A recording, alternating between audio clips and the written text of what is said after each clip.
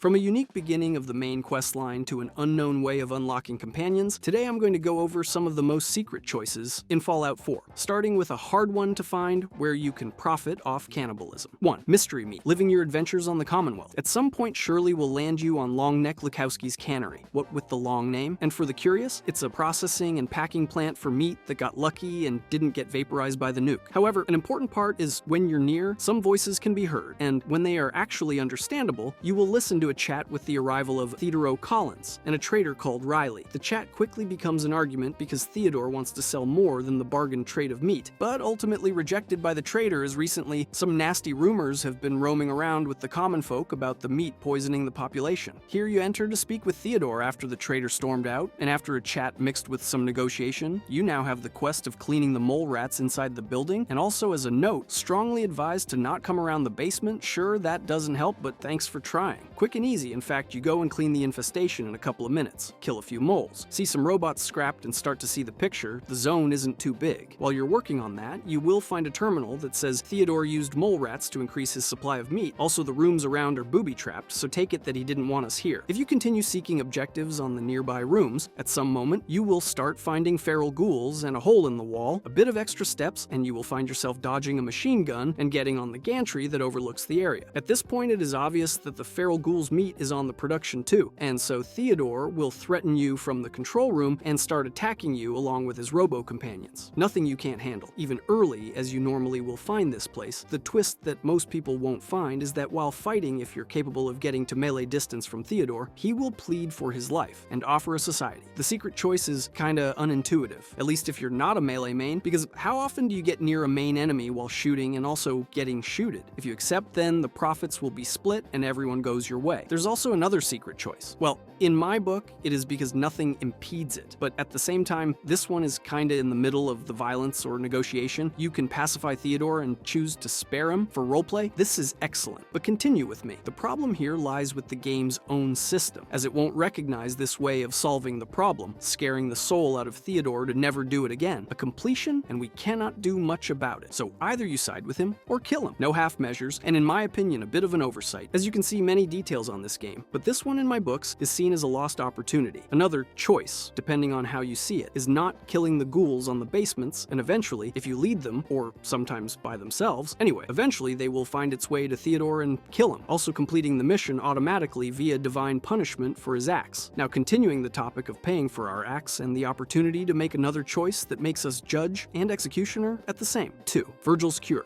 One of the most important aspects of this section is that meeting the character is unavoidable. Sooner or later you activate it, as he's in the main story quest, The Glowing Sea. This, if you follow the main story obviously. During your first conversation with Brian Virgil, he will request a serum in exchange for information about the Institute. A nice deal if I have seen one. From this point, that serum becomes a priority for the sole survivor, so we start the job. Our path opens a bit more than usual here, because the option seems pretty straightforward. Get the serum or not, and you're correct, but remember, the devil is on the details, and this Virgil dude is not a lightweight on the Institute. Who knows what he is hiding, and that is the beauty of this secret. Yeah, you can go and seek the serum to call it a day, but you aren't at the very least a bit curious of the circumstances that made him that way, or how exactly is he involved in the serum thing? Well, you're in luck. Let's get to it. On the first trip to the Institute, a bit later of the start of the quest, you can get inside the FEV lab. In the Institute of Bioscience, this leads us directly to the serum, so pass all the way to the end of the hallway and it's not missable. Notice that the Institute shows more than speaks, so you can find terminals with info. Notes here and there, or the most unique aspect of Fallout in general in my opinion, the ambience context. So much that can be said of the things that happened here just by looking around. That is part of the secret choice you can make on this quest, so it feels very organic. As an additional option, there is another way of accessing it, is from a locked door across Bioscience and then a storage room. Both lead to the same place. They're just choices, but even if they go to the same end, you can see different things that the Institute did before. Little you know about what happens inside those walls, and at the same time you have sufficient info to slowly read the picture about some experimentation they did. Still, you cannot do much at the time, so just don't forget the horrors. After a while of walking, you get to the point where the path diverges, and the choice is more locked than hidden, but still is highly uncommon to get everything right without prior knowledge. When you find the serum, the first thing that you should do is come back to Virgil. Sadly, all the info you got only from exploring. Don't do much without getting to certain locations, but in general, I can say that you have two outcomes. comes. Give the serum to Virgil, and that's it, because you, like the character, didn't investigate so much, or you're playing as a genuine good person trying to help everyone on your reach. With this, you finish the quest and can come back 3 days later to see if the serum worked. It does. An important note is that some of your companions are happy, others could react badly, and some others, like Dante, strongly hate the doctor's conviction. The one who can and will take it in the worst way is strong, as he hates the boldness of the doctor while he is trying to cure others. At least, we hope so. Anyway, decisions. The destiny of those strong enough to take them. The outcome that brings us here is the secret branch of choices that lead us to a new ending for Virgil. A bit more unique one if we follow a special trigger and are able to complete some skill checks, shows some particular dialogues, and you can get a bit more of context this way. First of all, we must lie to Virgil through 3 speech checks that go from hard to very and extremely hard. Lie to him claiming that the serum doesn't exist. Up to this point, if the first 2 speech checks were completed, you can still retake the path of giving the serum. On the contrary, if you don't want to, then continue without a doubt. At this point, we aren't exactly the strongest yet, so maybe it is a bit hard to beat every skill check. Don't worry, we have a workaround for a secret choice. From the 3rd one, there's no coming back, but you still have the secret choice. The normal outcome here is that the player kills Virgil by request of himself, and the quest will fail. Yeah, even after all those hard skill checks. However, we have a secret path that not many people can find. If you have been around the Commonwealth for a while, maybe by chance you could have gotten to visit Swan's pond, or even meet Swan himself. Well, he is important to our path. You can fight with him if you can, but right now we are looking for a construction near his pond. You can see some of the consequences of the little journey of the Institute. Some of the experimentations aren't that clear by seeing the lab. That's why this location is important. You will actually see the aftermath, one living result of the monstrosities that the Institute can create. As I explained, it is not necessary even for the plot to see Swan, but for the sake of lore is very important, as seeing him and then finding what we are actually looking for will get the full picture as the character and the player. Cool, right? After meeting Swan or skipping it, your choice, we are looking for a particular little house, is noticeable on the near land. Now inside we are looking for some notes about an experiment, one that exposes a person to the forced evolutive serum and make him write what they are feeling in a journal. Well, everything that explains the notes are basically telling us the story of Edgar Swan. Deciding to end his misery or not after that is completely free will, but for reference is the abomination that attacks you near the pond. Yeah, good riddance, Institute. Even if you know about him, is still a sad ending after reading the notes. Now we are coming back to Virgil. If you get to the first speech check and pass it, you can ask him about Edgar Swan, and if he remembers him. We start talking about what we already know, and this goes crazy in some aspects. A bit hypocritical that you forced someone to take the forced evolution serum, and then you are looking for a cure in yourself, not even in your mind the subjects of experimentations. This is a very interesting topic, but for the sake of the video, let's leave it here. After this, a different speech check is passed. If you're successful, it will convince Virgil to end his life. This ends the mission in a satisfactory or not tone, but completes it so the game acknowledges our secret choice. With the notes, this is even easier than killing him yourself, and if it is or not a fitting end, that's for you to decide. Just shows that sometimes who needs help negated it to someone before. Curious, isn't it? For the next secret choice, would you believe me if I say that you can start the game in a completely different way, like right from the start? Trust me on this. 3. Alternative beginning of the main questline. Instead of going the classic way to your old house, meeting your old pal again, talk a bit about the world and start exploring the zones around, get to meet the first faction and the plot to the fight with the Deathclaw. Well, basically, everything we know. Follow this secret where you must go directly to Good Neighborhood and kill a random geezer smoking outside the stores. What a way of making a first impression. But okay, this will trigger a unique dialogue with Hankook way earlier where he is, in few words, impressed with your way of doing things. He will take you to Irma, who in the first place will try to kick you out because you're in the wrong place at the wrong time. All of this is currently triggering a unique questline and different dialogues. It's a parallel quest that follows the main plot in a different way. Curious, but this doesn't end here. She asks if at least you have an idea about where you are and if you at the bare minimum understand what this place does. On this point, you have 2 options. If you get a good start on persuasion or grind it a bit, you can pass a persuasion skill check and continue the quest. The other one is way easier and commonly affordable even this early. Yep, you can also use caps and pay your way in. Money will get you to a new cryo scene, very different from the one you see at the respective part of the main story where you follow the classic main quest. This one will be giving new insights, and our character talking to himself a bit extra. This secret choice makes you also listen to the unique dialogue of our MC speaking the name of our partner in the cryo scene. This is the only time in the whole game that he says it. Curious and a bit strange, since it's on a very hidden moment that a few players will find on a first playthrough. Another detail that comes to my mind is when you get there the second time, Dr. Amari says a unique comment about you being there for the second time there and asks what your deal is, and she has It's a point kinda. This is a small decision, but in the long run, a cool choice that you can take. At the same time, this is an amazing detail, is one of the few games where the people around you, the NPCs, actually acknowledge you getting out of line and visiting different zones than the planned original route. But this doesn't end here. For your second playthrough, or even your first, nobody impedes it. There's some secrets left from this way of starting, as the game keeps rewarding you with new dialogues and alternative secrets, a hidden quest, and even more secret choices. After all this mini-adventure, Irma points out that you should seek Nick Valentine. This kind of puts you in the path of the normal quest, but still has more hidden. 4. Alternative way of unlocking companions. The alternative path of starting the game has more to offer. I think is more focused on maintaining the player with a smile, as he finds secret ways of doing the same things while choosing alternative decisions or getting to places that aren't normal to come this early. After this, you have to get all the way to Ellie. This means getting all the way to Diamond City, finding the office, and then finding her, the common plot. But come on, we aren't here for that. When you find her and talk with her, she sends you to the location of Nick Valentine on Vault 114 to rescue him. Escape together, and after a great quest in my opinion, chat a bit on the outside. But here are hidden a lot of new pieces of dialogue with Nick. Overall, he starts thanking his luck as he was saved from a fatal destiny by you. Asks if for you, finding him was by chance. This alone is different, as for the normal path. Instead, he was being rescued by the tip of Ellie to the sole survivor. After giving cool pieces of dialogue, like one that says, "A good Samaritan like you could end on the wrong side of a gun," I should know. Asks a bit more about you, and you have a whole tree of options, but in general puts you in the same spot as the original quest. Then after you talk about your story and objective, he takes interest in the mission and gives us directions on how to get to Diamond City and even the direction of his office. For now, we have to go there to continue this path. Upon arrival to Diamond City, Piper is arguing with the mayor outside, as contrary to the original way you three will meet. Also, I am not a fan of that scene, so I am very happy about the fact of being capable of skipping that long sequence too. Amazing, right? But still, we're not done. Get your way to Nick Valentine's office and then chat with him to get a new quest to appear, putting you back on the normal path. Sadly for now, this is it. But not without certain bonuses from getting this far strayed from the path designed by the devs. If you didn't get near Red Rocket 2 and got to this point of the adventure, Nick says that you could use a hand with someone that is a specialist on the topic of locating someone, and then he gets out a dog whistle. You know where I am going with this, right? Dog meat enters the equation, and also in a different way too, as Nick blows the whistle and he suddenly appears. Between pats, Nick presents him as his friend. A bit strange that he's not your loyal companion, but no worries, now you have him too. This is a very fast way of starting the game again, as the setup skips some encounters and some scripted scenes that take a bit of time, like the one with Piper. I don't exactly know if someone could find it by chance, maybe, but still has so many steps that is safe to say is designed to not be that accessible. To be honest, I don't recommend it for a first playthrough, but it is a crazy detail that the devs took the time to put different dialogues and quests depending the locations you get or choose to visit first. This alone is a giant secret choice with multiple unique dialogues and a vastly different way of unlocking Dogmeat. Codsworth also makes a special appearance here. He can be unlocked at any point in the game, as it is extremely hard to not find him by chance. Still, if you choose to avoid him, he has a bit of secret dialogues too that makes the encounter a bit better for your second play. If you go all the way to meet Sean on the main story quests, and then go to get Codsworth, he will have some unique dialogues related to the Institute. While chatting, you can reveal the identity of Father, that reveals a bit more unique dialogues too. Nothing too shabby, but cool detail anyway. That's all about the alternative way of beginning the game, because as you reach Diamond City, the game is open anyway, so you kinda can get anywhere to advance the game in any way you want, losing the point, but in summary, amazing details for a subsequent playthrough, making it fresh. Now, changing the topic a bit, intimidating someone is always kinda hard, so having a sort of path to make this easier is a cool design. Remember that your actions actually repercute on something more than a checklist. So imagine finding the hardest skill check of persuasion in the game, and via previous actions, make this persuasion check maybe the easier of the whole game. T5, Brother Thomas. I think most players are fairly familiar with the Cabot House location, which contains many secrets, disturbing and cool things at the same time, but we are gonna be taking things to a different perspective here. Yeah, the people here are a bit strange, and we do well enough to take a bit of a distance if you're cautious, but one thing that Fallout 4 does great is constantly push you to explore new zones, talk to new people, and tackle new quest lines. This one starts here. Our buddy starts with some suspicious jobs for Jack Cabot. Nothing that you can't handle, but still a bit on the illegal side. Yeah, sounds laughable, talking about laughs on the wasteland, but that's the most easy way to explain my feeling for this type of NPCs. Continuous work with him will get us to the point of learning that Emma Jean Cabot is in status of missing, and Wilhelmina, the matriarch, wants us to find her. We got inside of the family hearth for them to be skiing us this. Also, Deegan informs us that Emma Jean has done this on multiple occasions. She uses to fairly frequently run away from home to join join a new boyfriend or lover, and this time, she went to visit Good Neighbor in the third rail on numerous occasions. The chase is pretty forward, so not much to explain here. The point is that while you're looking for her, from Good Neighbor you will get almost nothing but a clue that says to go and ask to different patrons at the third rail. Someone is bound to know and is correct. Someone will point you out to the singer. If you play your cards right, don't insult her and treat her well enough. The singer will handle you a flyer. That is the information you need to be pointed out to seek Brother Thomas. You have a fair share of options here besides the obvious. Make him a body missing a head. For options you can try to bribe him, threaten him, one of the hardest skill checks in the game. Tell that you're a friend of the Cabot family. Skill check 2. Even sneak past him and open the door to Imogen yourself. Here is where the secret lies. If you're familiar with that person, you already know what he's up to. If not, here's the trick. Brother Thomas is a cult leader of the Pillars of the Community, a cult based on the amphitheater. Why are they named like that? I don't have a clue, but they prey on the common folk. The trick or tactic that they use is genius in some ways. As they don't need people actively recruiting, they present to you certain flyers or put them in near populations or settlements. If you get near them, they also initiate an interaction, but in this case is always the leader. The flyer basically promises a better life to all who come to the Charles View Amphitheater. With a bit of time in your hands and some curiosity, you can go and easily see that the cult is a scam, is painfully obvious, and you still can go with the motion just for the laughs. Whether it is your first visit or not, the scam is the same and can be abolished 2 times. Follow the idea when the leader asks you to follow him, and then you are secluded in an office room and deprived of all your possessions. That is, you want to, then you're free to go, but is literal. They rob you of everything if you accept. My way is that you can fight your way out, or if you want, not follow him and kill them anyway. Nothing left to save here anyway. Also, he will never be present as Thomas. Always as Brother James, Andrew, Simon, or Matthew. Now you can stumble upon this zone way earlier than this quest, and they will try to do the same. You can choose to resist and kill everyone there, successfully eliminating the cult. They are detected as enemies, even without being actively hostile. Don't worry when you do that, and then in the future, initiate this quest. The cult will reappear with new members. That is the secret we are following. You can pass this one as a common bunch of enemies, and that's it. But the cool secret is that when you are trying to get to Imogen through Brother whatever name he presents, you can share this particular detail about having killed the old residents there. This simple action check will turn one of the hardest persuasion skill check to one of the easier ones because for some reason, Thomas will actually accept this as a truth and apologize, disabling further communication with him, and you will be left alone. Another bypass you can do is directly get from activating the quest to getting here and kill Thomas. You will bypass completely the Good Neighbor information seeking part completely and finish the quest in a much faster fashion. And those were 5 secret choices that you can make to change the experience of any normal Fallout 4 playthrough. If you enjoyed the video and want to see Fallout New Vegas' most hidden quests explained, check the video on the screen.